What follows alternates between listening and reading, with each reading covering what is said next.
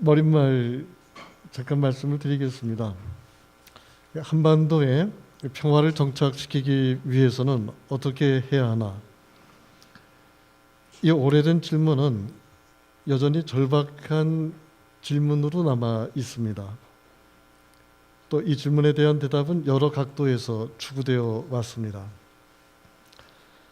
1980년대 중반 이래로 자주적인 민족 대단결을 통해 한반도의 평화를 수립하고 통일을 성취하자는 논의가 강력하게 대두되었지만 이러한 민중적 평화 통일 담론을 뒷받침하는 세력은 우리 사회에서 크게 약화됐습니다.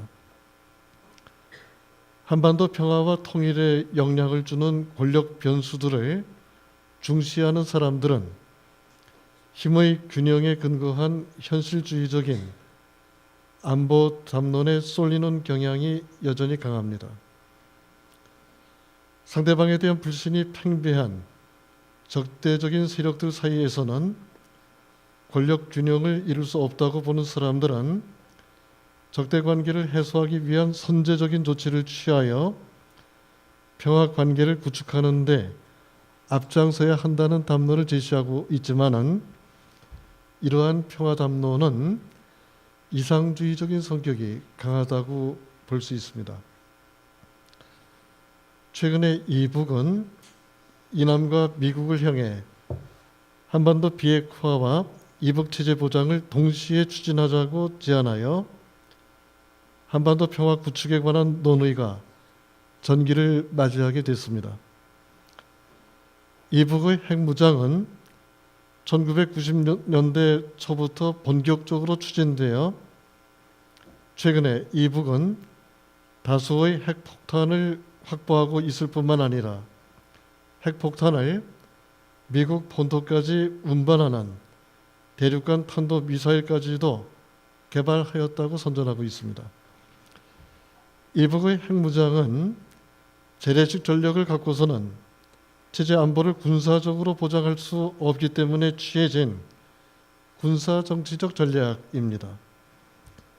남북전쟁 이후에 미국이 취한 집요한 대북 봉쇄와 안보 위협에 대항해온 이북은 미국을 압박하여 적대 관계를 청산하고 북미 관계를 정상화하기 위한 방편으로 핵무기를 개발하는 전략을 추구했던 겁니다.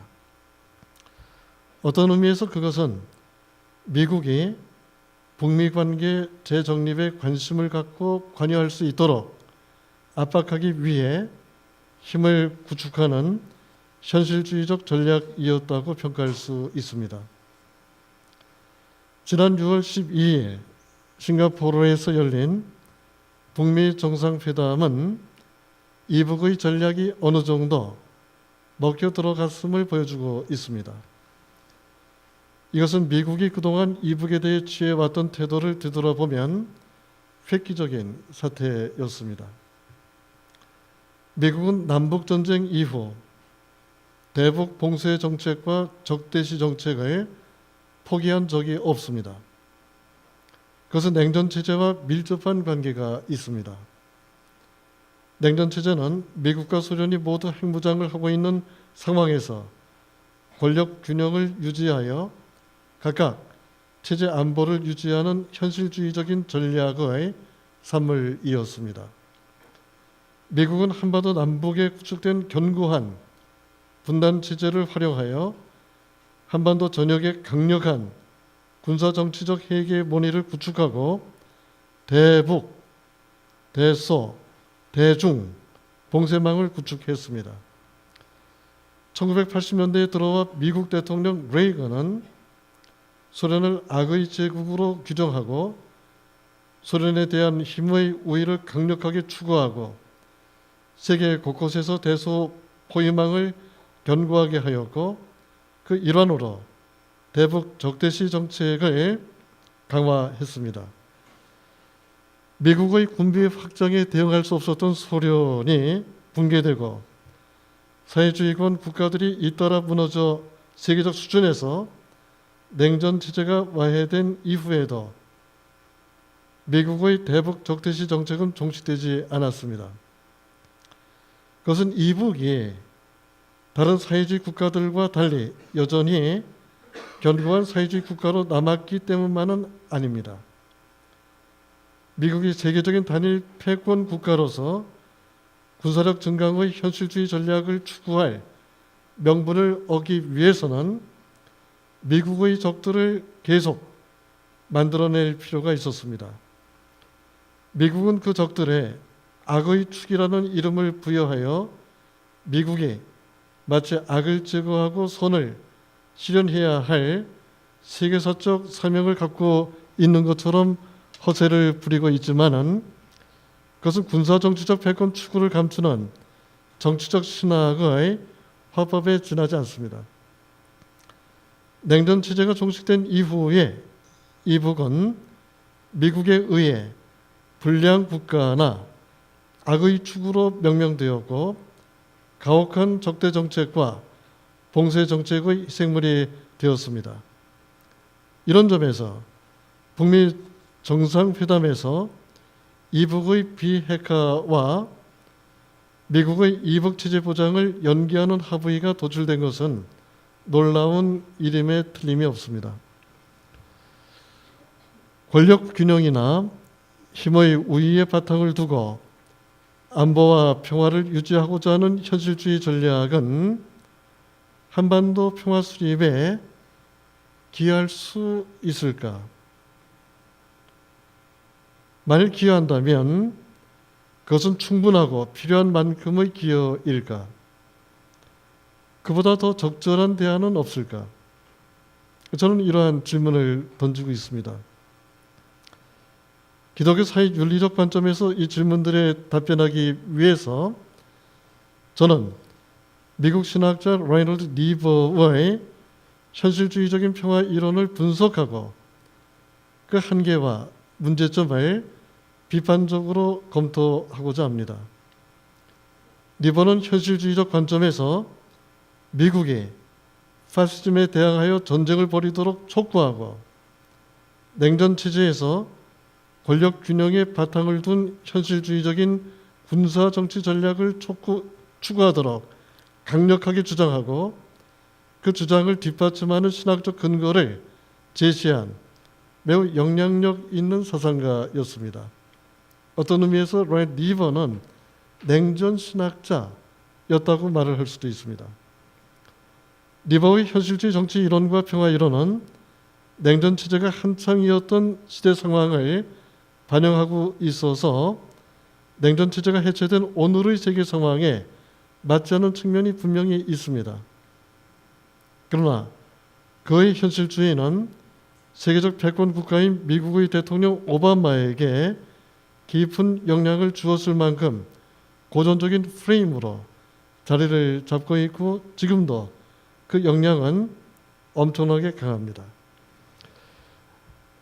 저는 이제 라이널드 니버의 현실주의 평화 이론을 검토를 하는데요. 여러분들이 이미 유의미를 갖고 있고요. 또 이 부분은 굉장히 방대한 양입니다. 한 10페이지 이상이 되니까요. 여기서 그걸 전부 다 말씀드릴 수는 없고요. 저는 그야말로 주제문 정도의 수준에서 라이널드 니버의 생각을 간략하게 간추리고요.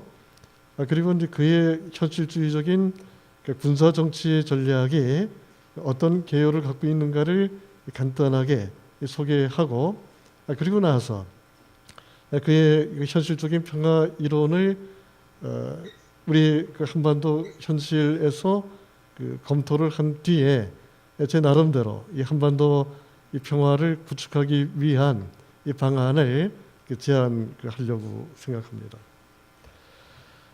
라이널드 니버의 현실주의는 네 가지 점에서 깊이 들여다볼 만한 가치가 있습니다.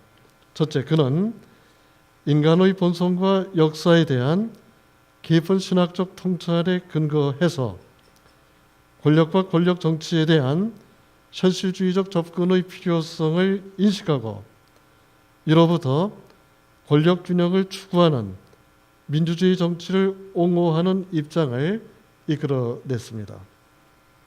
둘째, 니버는 제2차 세계대전 이후에 자리 잡은 냉전 체제를 자유진영과 공산진영의 타협 없는 대립으로 성격화하고 미국의 지도력을 뒷받침하는 강력한 반공 이데올로기를 신학적으로 제시했습니다. 셋째, 리번은 세계 정부의 수립이 불가능하다는 것을 전제로 해서 권력 균형에 근거한 현실주의적 평화론을 전개했고, 미소 쌍방이 핵무장을 하고 있는 조건 아래서 평화 공존을 추구할 것을 주장했습니다. 넷째, 리번은 자기 의의에 빠지곤 했던 미국 역사의 아이러니를 지적함으로써 제2차 세계대전 이후에 세계적인 패권 국가로 급부상한 미국이 세계적 차원에서 리더십을 어떻게 구현해낼 것인가를 설득력 있게 조언했습니다. 겸손과 인내의 미덕을 가지고 세계급 문제를 다루어야 한다는 그런 조언을 한 거죠. 이제 제 얘기는 말씀드린 바와 마찬가지로 리버의 현실주의적인 구조정치 전략을 조금 깊이 들여다보는 그런 부분으로 넘어가겠습니다. 리버는 한때 평화주의자였지만은 국가들 사이의 질서를 수립하고 유지하는 세계 정부를 수립할 수 없다는 인식을 하게 되면서 평화주의가 감상주의에 지나지 않는다고 생각하게 됐습니다. 그는 히틀러의 주데텐란드 합병을 승인한 1938년 9월 30일 뮌헨 협정에 접한 뒤에 현실주의적인 군사정치 전략을 단호하게 옹호하기 시작했습니다. 제국주의 국가들이 국제적 무질서를 조장하면서 제1차 세계대전에 휩쓸려 들어간 것을 경험한 리버는 제1차 세계대전 이후에 안정된 국제 질서가 구축되기는커녕 파시스트 국가들이 등장하여 국가 간 이익 분쟁이 첨예화되는 것을 보고서 또 한 차례의 세계대전이 터질 것이라고 예측했습니다.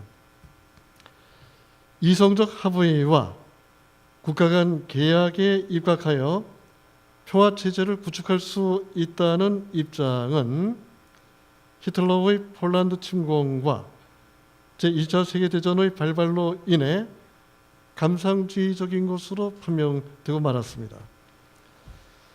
리버는 국제적인 무정부 상태와 파시 독재에 맞서서 민주주의를 지키기 위해서는 전쟁을 선택하는 것도 마다하지 않아야 한다고 주장했고 그것이 현실주의적인 선택이라고 생각했습니다.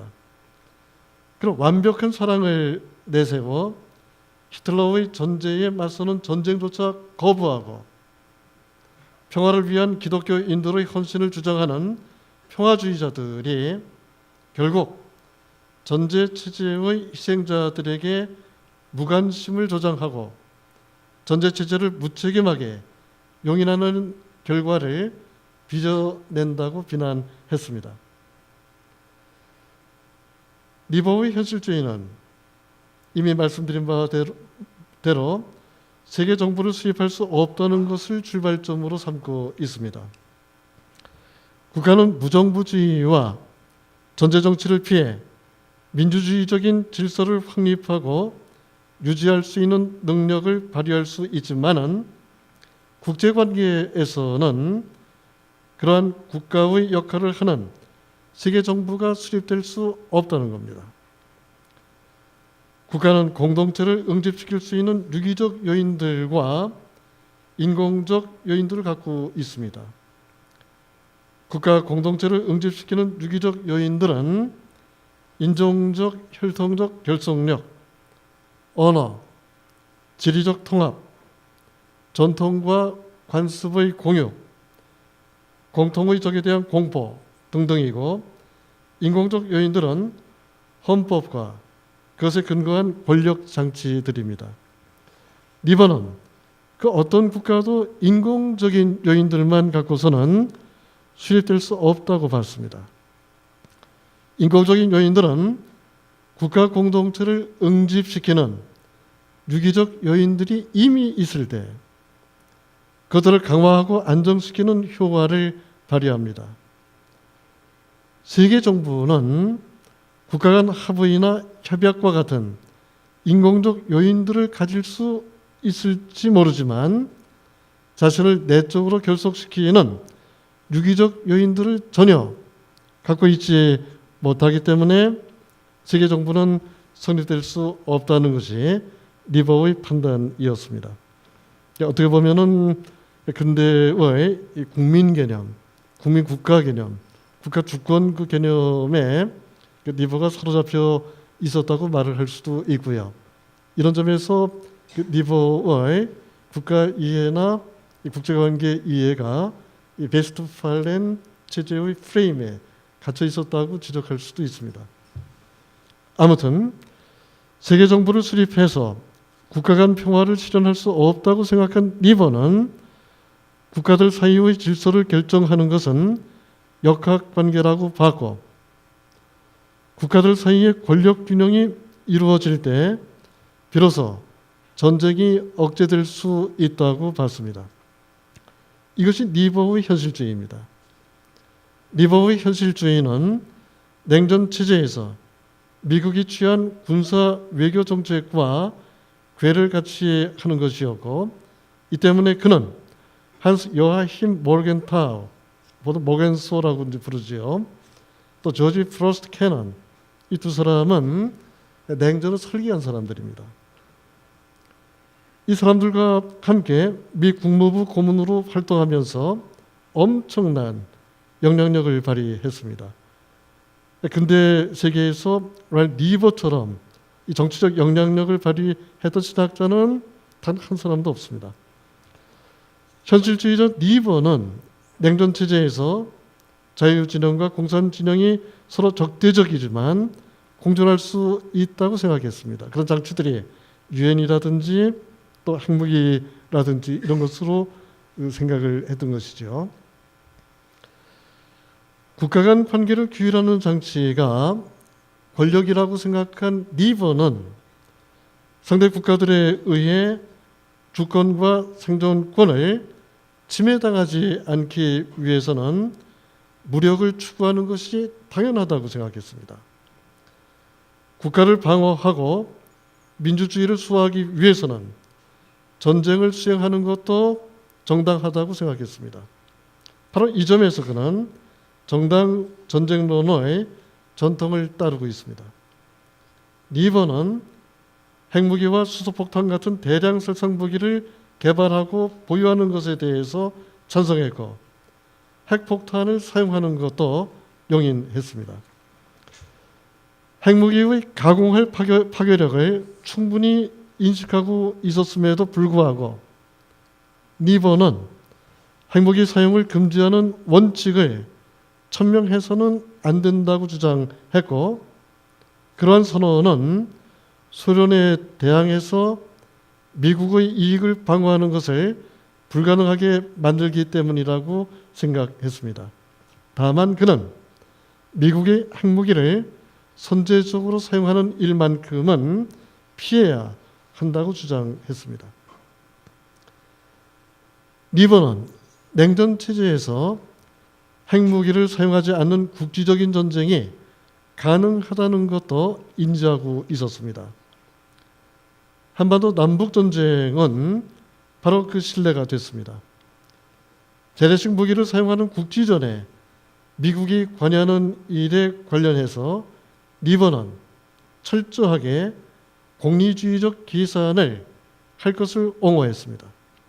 그럼 미국이 아시아에 개입해서 유럽의 방어 능력을 약화시켜서는 안 된다고 생각했고 미국은 아시아 없이도 별 문제가 없지만 유럽을 상실하는 것은 미국의 사활적 이익을 갖는다고 판단했습니다. 바로 그렇기 때문에 리버는 미국이 한반도를 미국의 방어선 바깥에 놓는 에치슨 선언의 주저없이 동의했고 미국이 한반도 전쟁에서 속히 발을 빼야 한다고 생각했습니다.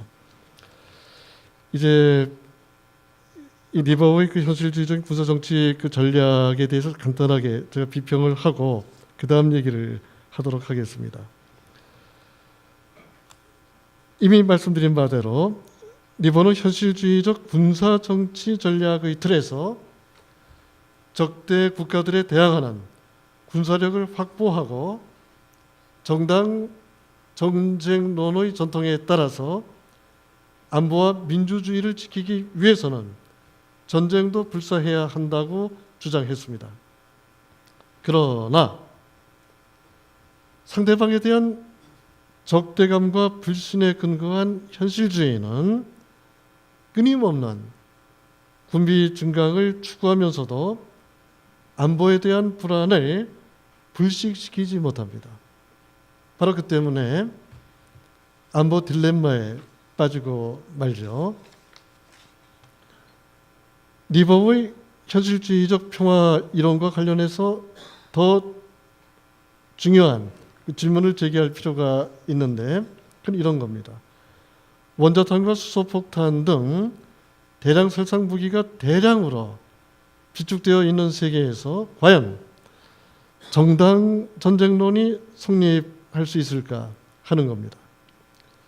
설사 전쟁 수행의 주체가 합법 정부이고 방어를 위한 전쟁이라는 명분이 있고 전쟁 상태의 종식이라는 전쟁의 목표가 뚜렷하더라도 전쟁을 수행하는 방법이 회복할 수 없는 대량 파괴와 대량 살상을 결과한다면 그런 전쟁이 과연 정당한 전쟁일 수 있을까? 바로 이 점에서 리버의 현실주의는 무책임하다고 지적할 수 있습니다. 이 때문에 현실주의적인 군사 정치 전략은 상호 불신과 적대 관계를 상호 신뢰와 평화 관계로 전환시키는 평화 구축 전략으로 전환시키지 않으면 안 될 겁니다. 이제 이런 현실주의의 수용 가능한 측면과 수용 불가능한 측면을 한반도 상황을 염두에 두고 한번 검토해 보도록 하겠습니다. 여러분들이 가지고 있는 그 문서로 말할 것 같으면 12페이지 정도가 될 것 같습니다. 리버가 주장하는 현실주의적 군사 정치 전략은 수용될 수 있는 측면도 있고 수용될 수 없는 측면도 있습니다. 첫째, 수용 가능한 측면을 놓고 말하자면 리버의 현실주의는 국가들 사이의 권력 균형이 최소한 전쟁을 미연에 방지하는 효과가 있다는 것을 전제합니다. 이러한 가정은 한반도 상황에서도 어느 정도 타당성이 있습니다. 이남과 이북의 경제력 격차가 크게 벌어지고 이남의 재래식 군사력이 이북의 그것을 압도하자 이북은 핵무기와 같은 비대칭 전력을 확보하여 이에 맞서는 전략을 선택했습니다. 서로 적대적인 관계에 있는 이북과 미국의 군사력 격차는 엄청나게 크지만 이북은 핵무기와 대륙간 탄도미사일 개발로 미국의 적대시 전략과 봉쇄 전략에 맞서고 있습니다. 이북이 핵무기 전력과 대륙간 탄도미사일 전력을 갖고서 미국의 군사력에 대항할 수 있다고 생각하는 사람은 아마 없을 겁니다. 그러나 미국도 자신의 막강한 군사력을 갖고서 이북을 군사적으로 굴복시키지는 못할 겁니다. 이북이 1990년대 초에 핵무기를 개발하기 시작했을 때 미국은 이북의 핵시설에 대한 정밀한 선제 타격을 고려했지만 그 방침은 철회되고 말았습니다. 미국의 대북 선제 공격은 이북의 대남 공격을 촉발시켜 서울을 위시한 수도권과 산업시설을 초토화시키고 감당할 수 없는 인적 손실과 물적 손실을 불러일으킬 것으로 예상됐기 때문입니다. 그것은 이북을 악의 축들 가운데 하나로 규정하고 이북에 대한 선제 공격을 안보 지침으로 설정한 조지 부시 2세 행정부의 네오콘도 선택할 수 없는 전략이었습니다. 이런 점에서 이북의 핵무기 개발과 대륙간 탄도미사일 개발은 남북관계와 북미관계에서처럼 약소국이 강대국에 대항해서 군사력의 열세를 만회하고 권력 균형을 추구하고자 하는 현실주의의 특수한 한 예라고 볼 수 있습니다. 둘째, 이게 더 중요한 얘기죠. 현실주의의 수용 불가능한 측면을 넣고 말을 한다면 현실주의적 군사정치 전략은 상호 불신과 적대관계가 지배적인 국가들 사이에서 안보 딜레마를 해소하기 힘들고 평화관계를 구축하기는 더더욱 어렵습니다. 이북의 핵무기 개발과 특히 대륙간 탄도미사일 개발은 세계적 패권을 확립하고 강화하기 위해 군사력을 증강시키고자 하는 미국에게는 호기가 되었습니다. 미국의 미사일 방어체제 구축 전략은 적대 국가의 미사일 공격 능력을 무력화하고 미국의 공격 능력을 극대화하기 위한 목적으로 추진되어 왔습니다. 미국이 불량 국가 또는 악의 축으로 규정한 이북이 쏜 탄도미사일이 미국 본토에 도달하지 못하게 해야 한다는 주장은 미사일 방어체제 구축을 둘러싼 논란을 가라앉히고 그 정당성을 강화시켰습니다. 미국의 미사일 방어체제 구축은 그러나 중국과 러시아를 자극하여 맞대응 조치를 취하게 하고 동아시아 안보 환경은 이로 인해서 극도로 악화되기에 이르렀습니다. 현실주의는 평화관계를 촉진하기 위한 방책으로서는 더더욱 적절하지 못합니다. 설사 비대칭 전력을 갖고서 가까스로 군사력 균형을 이룩하여 전쟁을 회피할 수 있다고 하더라도 그것이 곧 평화관계의 수립을 의미하지는 않습니다. 바로 이 대목에서 우리들은 소극적 평화와 적극적 평화를 구별한 요한 갈퉁의 이론을 참고할 필요가 있습니다. 갈퉁에 따르면 소극적 평화는 전쟁이나 폭력 관계의 부재를 의미합니다. 그러나 전쟁이나 폭력 행위가 없다고 해서 사람들이 평화롭게 함께 살아갈 수 있는 것은 아닙니다. 사람들이 평화롭게 공생하고 상생하기 위해서는 공동체를 유지하는 법치를 확립하고 인간의 존엄성을 존중하고 정의를 실현하고 인간의 자기 실현의 기회를 보장하지 않으면 안 됩니다. 그렇게 해서 이루어지는 평화가 적극적 평화입니다. 미국의 압도적인 군사력으로 이북을 봉쇄하고 적대시하면서 한반도에서 유지하는 전쟁 없는 상태는 팍스 아메리카나의 특수한 발현 형태에 있는지 모르지만 그것은 평화가 아닙니다. 이북이 세계 여러 나라들과 교류하면서 경제 발전을 이룩하고 인민 생활을 향상시켜 복지를 실현하고 사회를 안으로부터 개혁할 수 있는 기회를 박탈하는 전면적인 압박 조치는 초강대국 미국의 자의적인 권력 행사로 여겨질 수 있을 겁니다.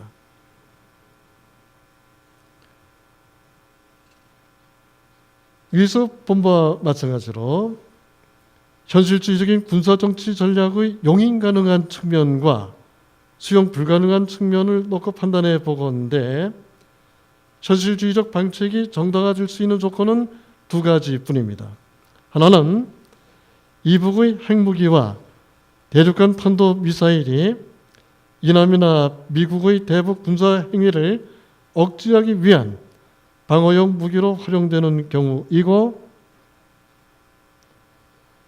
다시 말해서 공격용 무기로 사용되지 않는 경우이고, 또 다른 하나는 이남이나 미국의 군사력이 이북의 핵무기 공격을 억제할 수 있을 정도로 충분할 경우입니다.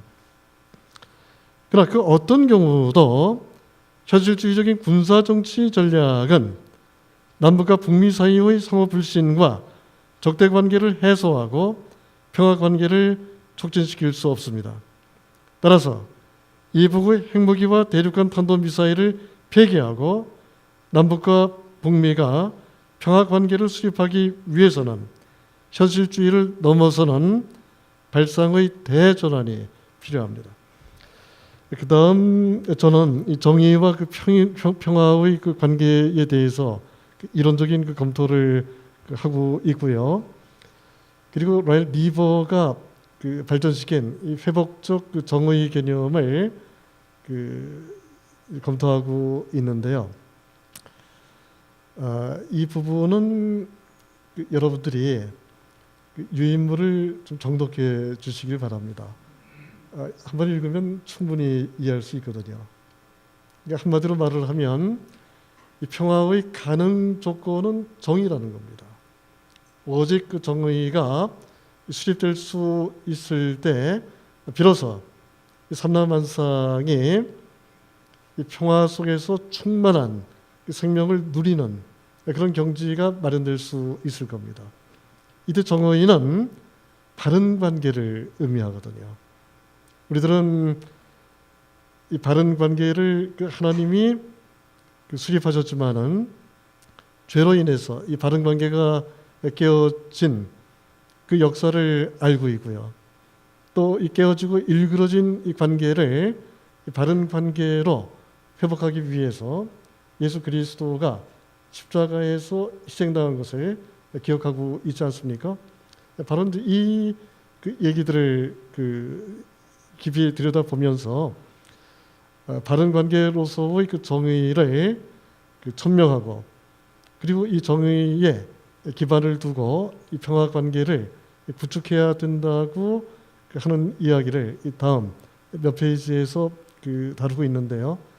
말씀드린 대로 여러분들이 한번 읽어보시기 바라고요. 맨 뒤로 가서 한반도 평화 수립을 향해서 제가 생각하는 바를 몇 가지 말씀을 드리겠습니다. 앞에서 현실주의를 논하면서 지적한 바와 같이 이북과 이남, 그리고 미국의 군사정치 전략이 현실주의에 묶여있는 한 안보 딜레마를 해소할 수 없고 적대관계를 해소할 수 없습니다. 한반도의 평화를 수립하기 위해서는 현실주의적 발상을 뛰어넘어야 하고 정의의 바탕을 둔 평화의 원칙에 따라서 첫 단추부터 잘 끼워 맞추어야 한다고 생각합니다. 한반도의 평화를 수립하기 위한 첫 조치는 이란과 이북과 미국 사이의 불신과 적대 관계를 해소하려고 노력하는 겁니다. 그렇게 하기 위해서는 무엇보다도 상대방에 대한 스테레오타입화한 적규정을 버리고, 이 판에 박힌 이 적규정을 버리고 상대방이 필요로 하는 것이 무엇인가를 인식하는 겁니다. 제2차 세계대전 이후에 세계적 패권을 행사하는 전쟁 국가로 등장한 미국은 이북을 자유세계의 적으로, 불량 국가로, 테러 지원국으로, 인권 탄압국으로, 악의 축으로 규정하면서 적대시 정책과 봉쇄 정책을 지속적으로 강화했고 한반도에 군사정치적으로 개입할 명분을 확보해 왔습니다. 이북은 이북대로 미국을 철천지 원수로 규정하고 미국의 군사적 압력에 대항해서 핵무기와 대륙간 탄도미사일을 개발하는 데까지 이르렀습니다. 이런 판에 박힌 적 규정들은 각 나라의 대내적 통합을 강화하고 동맹 세력을 결속하는 효과를 가져올 수는 있겠지만 적대 관계를 맺고 있는 국가들의 이데올로기적 경직 상태에 빠뜨려서 상대방의 요구를 제대로 파악할 수 없게 만들고 히스테리에 휩싸인 공격 본능에 쉽게 따르게 만듭니다. 이로 인해 평화 능력이 현저하게 약화되는 것은 물론이고 대내적인 자원을 고갈시켜서 장기적으로는 복지 능력도 파괴됩니다.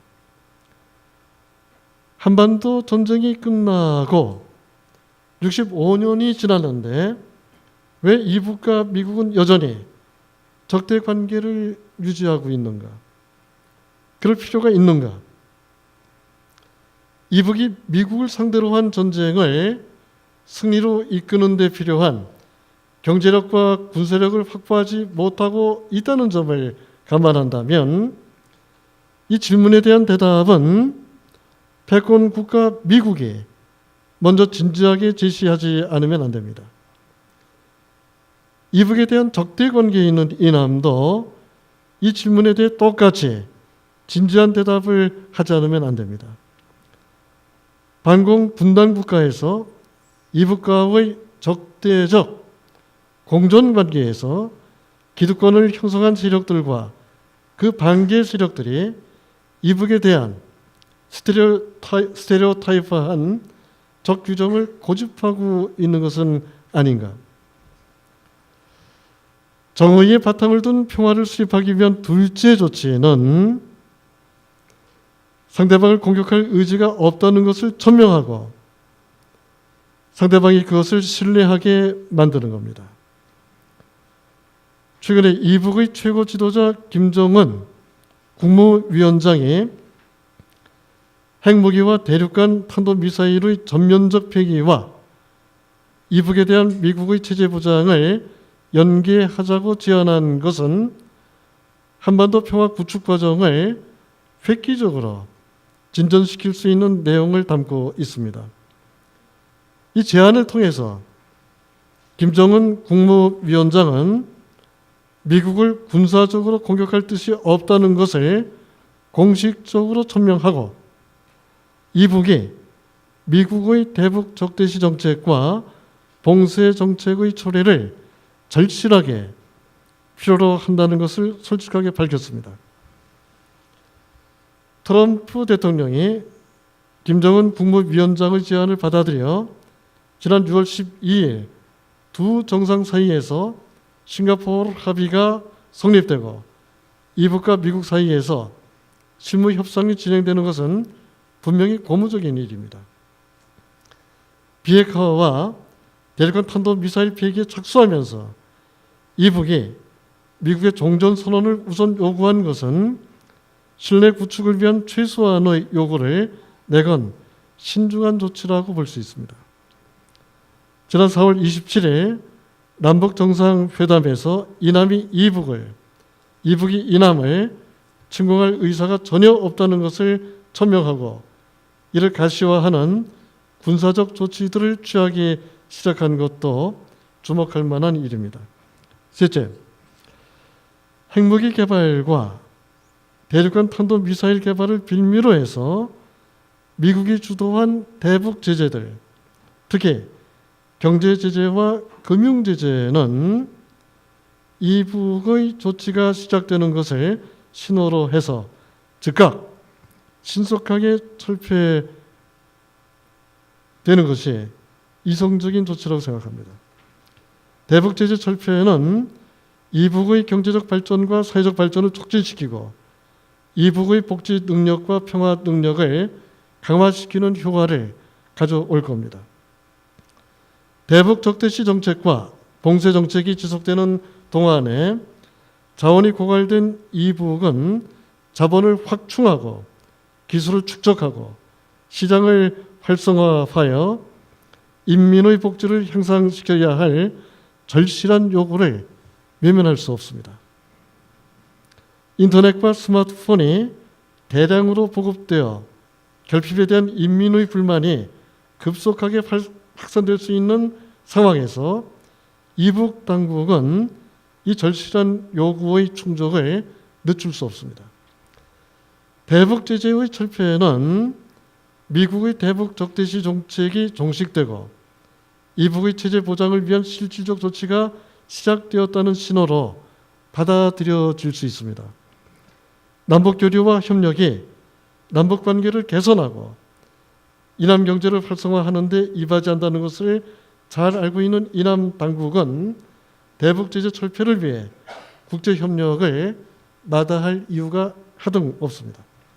넷째, 성어 불신과 적대 관계를 종식시키는 과정이 촉진되기 시작하면 한반도 전쟁의 당사국들은 휴전협정을 평화협정으로 전환시키고 이북과 미국은 적대 관계를 청산하고 관계 정상화의 길을 걸어갈 수 있을 것입니다.